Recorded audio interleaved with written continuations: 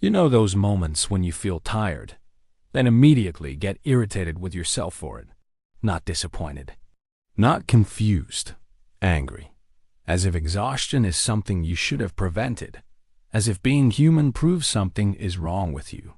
You do not stop to ask why you are worn out. You jump straight to the belief that you should have had more energy, more control, more strength. Somewhere along the line, tiredness became something you treat like an error instead of a message. There is a rule you picked up years ago. A rule that says you should keep going no matter what. Not because you enjoy pushing yourself, but because stopping feels risky. Stopping feels like you might fall behind. Stopping feels like everything you have been holding together might slip through your fingers. So when your body slows down, you read it as danger instead of information. You think it means you mismanaged something.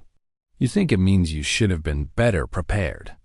You think it means you are not as capable as you hoped. You expect yourself to function like someone who never runs out of energy. Someone who can always rise to the moment. Someone who can carry anything at any time. So, when your actual limits appear, anger fills the space where compassion has never been taught to live. For a long time, endurance became your identity. Not your state, not your capacity, your identity. Being the person who keeps going. Being the one who can handle pressure. Being the one who others rely on because you rarely pause. You built a sense of worth around being capable, being steady, being reliable. So when tiredness shows up, it feels like a contradiction. A threat to the version of yourself you have depended on. A version that helped you survive. A version that made you feel safe. This is why anger rises so quickly. It is not about the fatigue. It is about the fear that you are losing the role you used to stay okay. Tiredness feels like losing the control you believed you needed. Most people think they get angry because they want to be productive. That is not the whole truth. You get angry because tiredness can feel unsafe. Tiredness means you cannot hold everything together in the ways you usually do. It means your reactions might change. It means your patience might run lower. It means you might not be able to carry the day the way you planned. So, when your body asks you to slow down, you treat it like a threat. Not because of the feeling itself, but because of what you fear it implies. That you are losing your edge. That you will disappoint someone. That you will lose momentum. That your strength was never real. Anger tries to restore the illusion of control. It tries to force energy you do not have. It tries to protect the identity you think you need. There is another piece that most people never realize. The anger is often not your voice at all. It came from what you have lived through. It can come from a home where tiredness was treated as laziness, or a school where effort was never enough, or a job where slowing down meant falling behind, or relationships where you felt you had to hold everything together to feel safe. You hear that old standard in your head. You repeat it without meaning to. You attack yourself with rules you never agreed to. This is why your anger feels sharp. It comes from a voice that was never gentle with you in the first place. Here is what makes the anger hit so fast. Tiredness interrupts the role you play in your own life. The one who can handle it. The one who stays composed. The one who keeps everything moving. The one who makes it work even when it costs you. So when exhaustion shows up, it is not just discomfort. It feels like the role is being taken from you before you are ready. And you do not know who you are without it. That is why you do not simply rest. You argue with yourself. You negotiate. You shame yourself. You try to force your way back into the version of you that feels acceptable. It is not that you hate being tired. You hate what tiredness threatens to reveal. That you have limits. That you need care. That you cannot always be the one who holds everything. Somewhere along the way, pressure became your source of energy. Instead of resting, you pushed.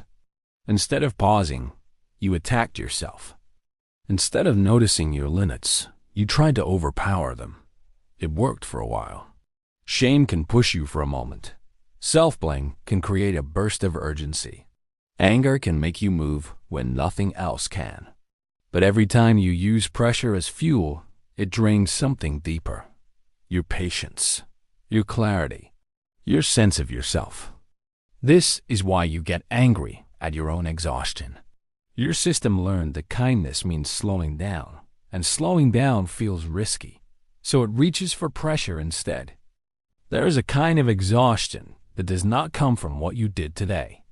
It comes from years of emotional responsibility, years of managing situations silently, years of holding the weight of other people's needs, years of keeping yourself collected so life stays predictable. This type of tiredness does not respond to sleep. This type of tiredness does not go away after one restful day. It asks for awareness. But when this deeper exhaustion surfaces, you blame yourself for it. You act like you caused it through poor discipline. You mistake emotional depletion for personal failure. That misunderstanding feeds the anger, because you keep trying to solve a deeper kind of tiredness with more pressure. So what do you do in the moment you feel that anger rise? You can start by telling the truth before the judgment gets there. Try this sentence. I am tired, and I am scared of what that means. That line matters because it admits the fear underneath the anger. It pulls the mask off the reaction. Then separate the fact from the story. The fact is, you are tired. The story is, this means something bad about you. Those are different things, even when they feel fused together. Then ask a more honest question. What is the cost of forcing myself right now? Not the fear-based answer, the real one. Because a lot of the time, forcing yourself does not create strength. It creates distance from yourself. And that distance is part of what made you tired in the first place. When you finally look at your tiredness without attacking yourself, you see what you rarely acknowledge. You see how much effort you put into simply being yourself in the world. You see how much emotional work you do that no one else sees. You see the restraint you use when you want to react. You see the thinking you do before every decision. You see the invisible ways you keep your life steady. This is why you are tired. Not because you lack something. Because being you requires more effort than anyone sees. Even you. Here is the truth that softens everything. Your tiredness is not a threat to who you are. It is evidence of how long you have been trying. Evidence of how much you have carried. Evidence of how deeply you care about living your life well. You are not falling behind. You are not losing your strength. You are hearing yourself clearly for the first time in a while. You are allowed to need rest without treating it like a mistake. You are allowed to meet your limits without attacking who you are. You are allowed to pause without losing anything important. You are allowed to be as you are. Your tiredness is a message, and you are allowed to meet it with kindness.